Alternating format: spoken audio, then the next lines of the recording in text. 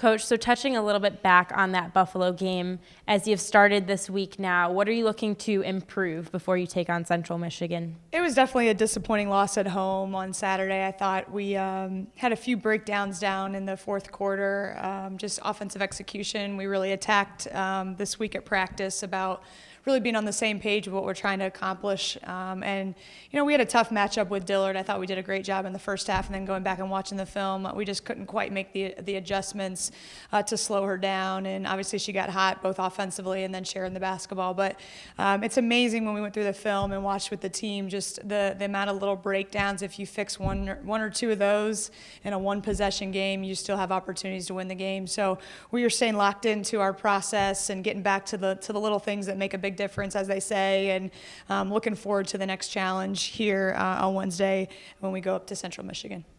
When you go up to Central Michigan, right now they are undefeated in conference play. They beat a ranked team earlier in the season. They have a high-octane offense, averaging over 80 points a game. Mm-hmm. What is your plan right now to try to slow all of that down a little bit? Central's really good. I mean, they were the leaders last year and have a ton of kids back. And between them and Buffalo making it to the Sweet 16 and really putting the MAC, nationally on the radar for other teams to be aware of was awesome, and they've continued what they've done from last year, led by Presley Hudson, such a great scorer, very confident kid. When the ball's in her hands and she crosses half court, there's a chance that it's going up. And then a kid like Raina Frost, who, if you ask any coach in the league, other than Presley, their most valuable player, Frost's name always comes up with just her ability to rebound the basketball and make timely plays. Now she's shooting it well from the outside. So we're going to have a mindset of 5 players really, really locked in to their player and really locked into defensively being great. You got to slow them down in transition. Sue does a great job. She's kind of been one of the leaders in our league of just doing things the right way and recruiting at a high level. And we're excited about the opportunity, a chance to go on the road and try and get a quality win in January is what it's all about. And especially after a game like Buffalo, I'm really looking forward to seeing how our team reacts and kind of moves forward and tries to get better and improve and have a chance when you go up there.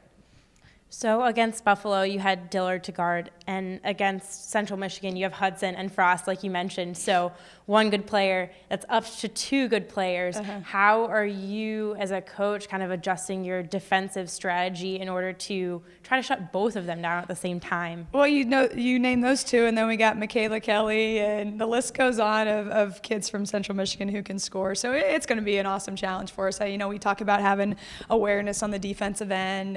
They can get really hot from three-point land, so having high hands and takeaway shooters, and you got to communicate well. And there's about 10 things I named, and we got to see if we can do it. So we'll be fine. It's obviously our team gets excited about these matchups and the opportunity to show what our defense can do. And I'm looking forward to seeing if we can have the same effort on the glass that we did at Buffalo. I thought that was a big difference early on in the game of just our tenacity to rebound. And it's a challenge every night in the MAC, but especially when you go up there. Looking a little bit ahead to Saturday, you're hosting Ball State for Alumni Weekend. Mm-hmm. Could you talk a little bit about what Alumni Weekend means to your program, and you wouldn't be here without them? Sure, it's an exciting week. Obviously, we go up to Central Michigan, and then Saturday we'll return home and host Ball State for our alums. And one of the things that we've really tried to hit home on when we took over about a year and a half ago is getting those alums back in the building and get them excited about our program. And they're a huge part of laying the foundation of what Miami has accomplished in the past and what we will continue to do. And just getting to know them slowly and surely, day by day, reaching out to 1 or 2 more just to know that we appreciate what they're doing and what they've done to lay the foundation. And it's cool now for me to get to know them a little bit better. And, we encourage, more to come out. If we haven't, reached out to you, that they'll come out on Saturday. But it's a great chance for them to see our players and kind of interact with them. And we talk about just that Miami family and Miami difference of, people that have gone on to do amazing things after basketball is long gone and over,